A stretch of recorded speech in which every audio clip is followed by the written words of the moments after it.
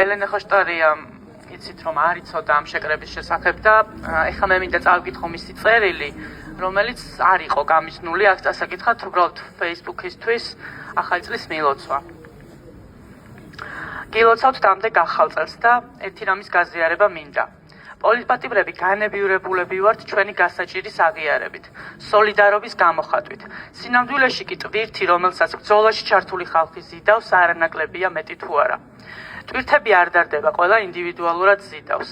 ამიტომ ამ ახალ წელს მე მინდა გამოხატო მადლიერება და სოლიდარობა თქვენს მიმართ, რუსთაველის მცველების, ადვოკატების, განსაკუთრებულად ჟურნალისტების მიმართ.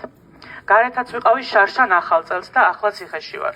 ნაცნობია ჩემთვის ყელში რომ გეჩხირება ლუკმა და ვერ ილხენ, მაგრამ ჩემი მხრივ მინდა გითხრათ, რაც უფრო კარგ ემოციებს მიიღებთ ამ დღეებში, მე პირადად ნამდვილად უფრო გავიხარებ, გილოცავთ.